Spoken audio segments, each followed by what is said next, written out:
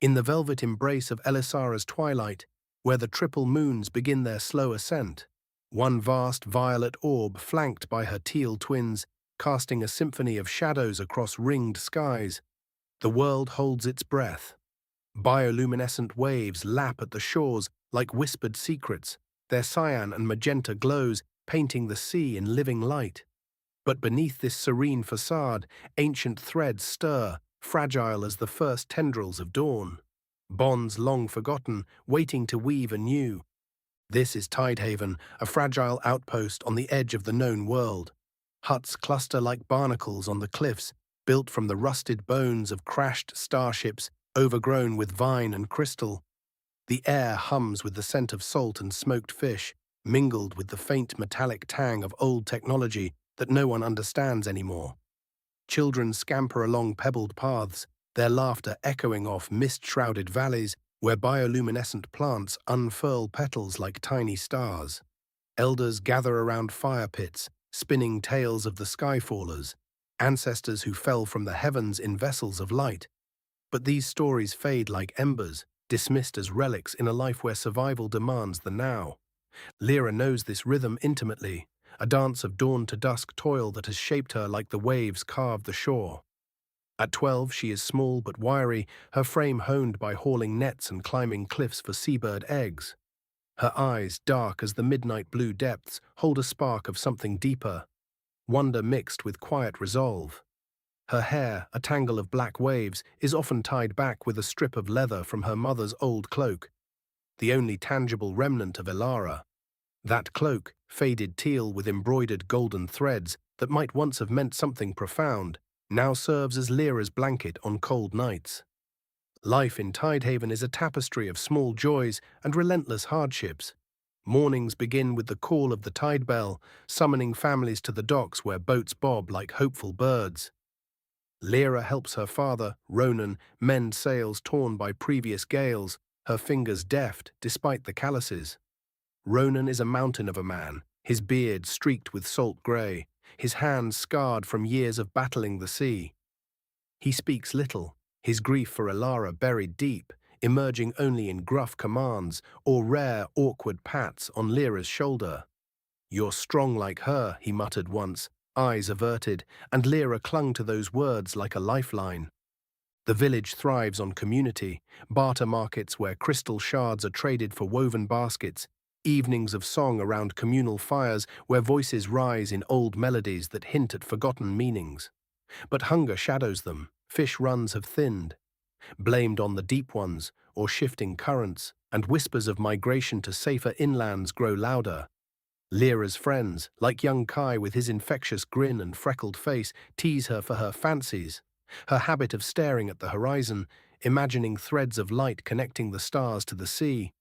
Dreamer, they call her, but kindly, for in Tidehaven, dreams are a luxury few afford.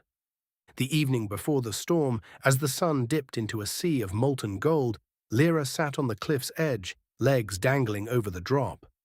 The day had been unseasonably calm, the sky a flawless teal canvas without a wisp of cloud. But sleep had brought torment. In her dream, the world turned black, waves towering like vengeful giants, thunder roaring as if the rings themselves cracked. She awoke drenched in sweat, heart pounding, the echo of a distant song lingering in her mind. Not human song, something melodic, urgent, like clicks woven with harmony. At breakfast, over a meager meal of dried kelp and fish stew, she tried to warn them. "Father, I dreamed of a storm, a terrible one. The sea was angry, pulling everything down." Ronan paused, spoon midway to mouth, then chuckled roughly. "Dreams are just shadows, girl. Look outside, sun's smiling. We've got to fish while we can." The villagers echoed him. Old Mara, the herb weaver with her wrinkled smile, patted Lyra's head. "Child, the moons are kind tonight, no need for fears." Kai, overhearing, rolled his eyes. "Lira and her visions again. Next you'll say the shipfish are talking to you." Laughter rippled through the group, warm but dismissive. No one listened. Why would they? The sky was clear, the winds gentle. Tidehaven pushed on, oblivious. Far beneath those same waves, the pod, the singers of the deep, had felt the storm's approach long before. They were no mere fish, as the humans so ignorantly named them. Shipfish, the word grated in their minds like sand in a wound. They were the echo-bearers, descendants of the old world's engineered marvels, their intelligence a gift from the skyfaller's lost arts, sleek bodies gliding through bioluminescent kelp forests, their skins aglow with cyan and magenta patterns that pulsed like living constellations. They communicated in the old tongue, a symphony of clicks, whistles, and telepathic images that painted emotions in vivid strokes. Lira, the matriarch, led them with the wisdom of centuries. Her scars told stories of ancient perils, solar flares that had shattered the colony's tech, severing bonds that once linked human and singer. She despised the name shipfish. It reduced them to tools, to beasts, when they were kin, guardians, story keepers. "We are the voices of the stars reflected in the sea," she sang to her pod, her mental melody rich and resonant. That evening, as the sun bled gold into the waves, Lira had gathered her family. Kyle, the swift scout, darted playfully around her, his glow flickering with youthful energy. "The air tastes of thunder," he sang, half jest, half warning. Silver, the gentle healer, hovered close, her violet-tipped fins brushing Lira's side in comfort. "The humans do not hear us anymore," she lamented, her thoughts laced with sorrow for a calf lost long ago to careless nets. Thorn, the stoic guardian, circled the perimeter, his broad form a shield against unseen threats. "They forget. We endure." And young Loom, Lira's granddaughter, bubbled with curiosity, her magenta light bright as hope. "Will they ever listen again, grandmother?" The pod had sent their warnings, a chorus of songs rising to the surface, telepathic tendrils reaching for any open mind. Visions of churning waves, pleas woven in melody. Turn back. The deep rises. But the humans, their bonds dormant, heard only the wind. Most singers had fled to calmer depths, seeking shelter in crystal caverns far from the coast. But Lira's pod stayed. "A child calls," Lira insisted, sensing a faint echo, a girl's dream threading through the water. "We wait. We remember." Morning broke brilliant, the sky a flawless dome of teal, the sea a mirror of calm. Ronan roused Lira early. "Up, girl, nets won't fill themselves." The village bustled, boats launching under a sun that promised bounty. Lira's warnings faded like morning dew, unspoken now, buried under the weight of necessity. They sailed far, the sea sparrow cutting through waves that sparkled like scattered emeralds. Hours passed in quiet labor, nets cast, hauls pulled, the sun climbing high. Ronan hummed an old tune, one Elysara had loved, and for a moment Lira's heart lifted. But as afternoon waned, the horizon darkened. A bruise of indigo spread, winds whispering secrets they should have heeded. The storm struck without mercy. Clouds boiled black, thunder a dragon's roar. Waves reared, foam-capped monsters slamming the boat. Ronan bellowed orders, but chaos reigned. Lira clung to the mast, her knuckles white, terror clawing at her throat.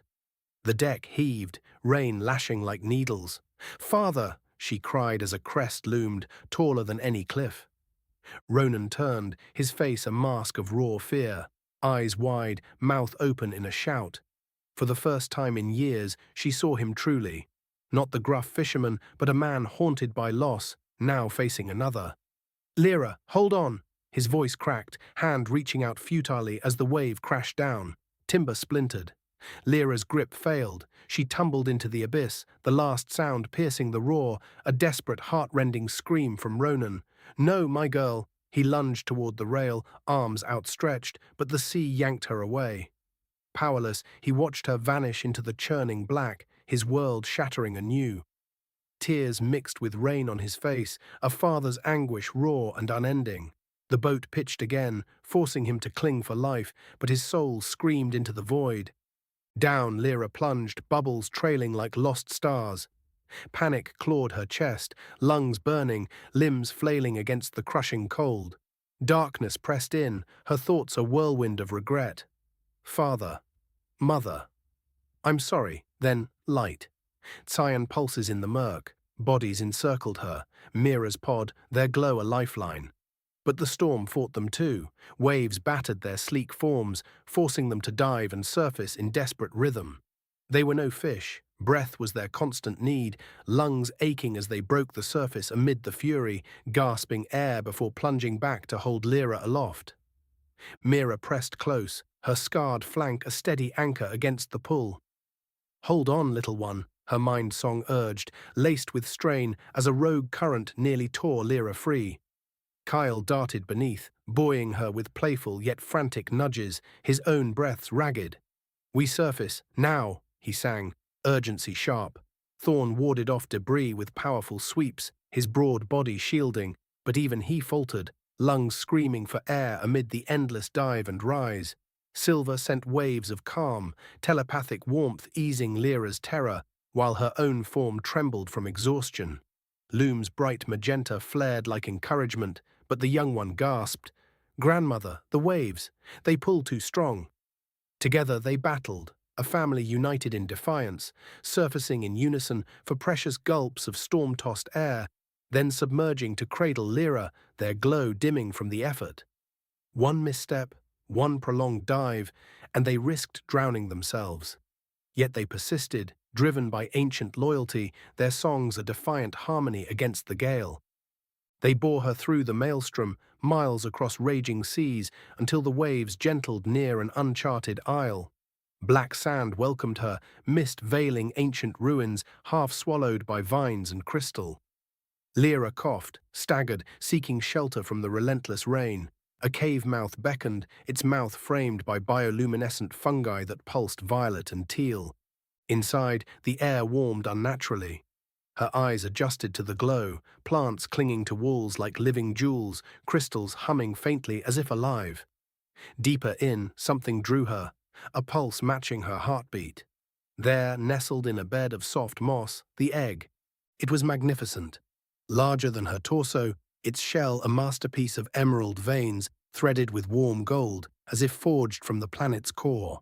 Faint light emanated from within, casting dancing shadows that whispered of secrets. Lira approached, breath held, a thrill of fear and fascination coiling in her gut. Was it a relic? A beast? Her hand trembled as she reached out, fingertips brushing the surface. Warmth surged, electric, alive. A crack spidered across the shell, slow at first, then accelerating like a river bursting its banks. Light poured forth, blinding gold and cyan, illuminating the cave like a newborn star. Lira shielded her eyes, heart thundering. What if it was dangerous? What if she had awakened something ancient and vengeful? The shell shattered in a cascade of shimmering fragments. From within emerged the creature, small, no larger than a village hound, its body uncoiling with awkward grace. Scales gleamed emerald, edged in gold, wings furled tight like delicate sails. Its head lifted, eyes opening, twin violets deep with intelligence, and met hers. Time suspended, the air hummed. Then a spark, a thread ignited between them, delicate as gossamer, glowing golden cyan. It stretched from the dragon's chest to Lyra's, pulsing with shared essence, her fear mirroring its curiosity, her loneliness echoing its awakening hunger for connection. Visions flickered, flashes of skies aflame, bonds broken, a war long past. But beneath, warmth, recognition, home. The little dragon, Ember, the name blooming in her mind like a flower, stumbled forward on unsteady legs, nuzzling her hand. Lira knelt, tears mingling with rain on her cheeks, arms enfolding it. "You're not alone," she whispered, the words for both of them. Outside, the storm raged on. Mira's pod lingered offshore, their songs a quiet vigil, breath still labored from the ordeal. The threads had begun to mend, but shadows stirred in the mist. Eyes watched from the cliffs, Vesper, the elder dragon, sensing the birth. Distrust warred with hope in his ancient heart. To be continued in Episode 2, Whispers in the Mist.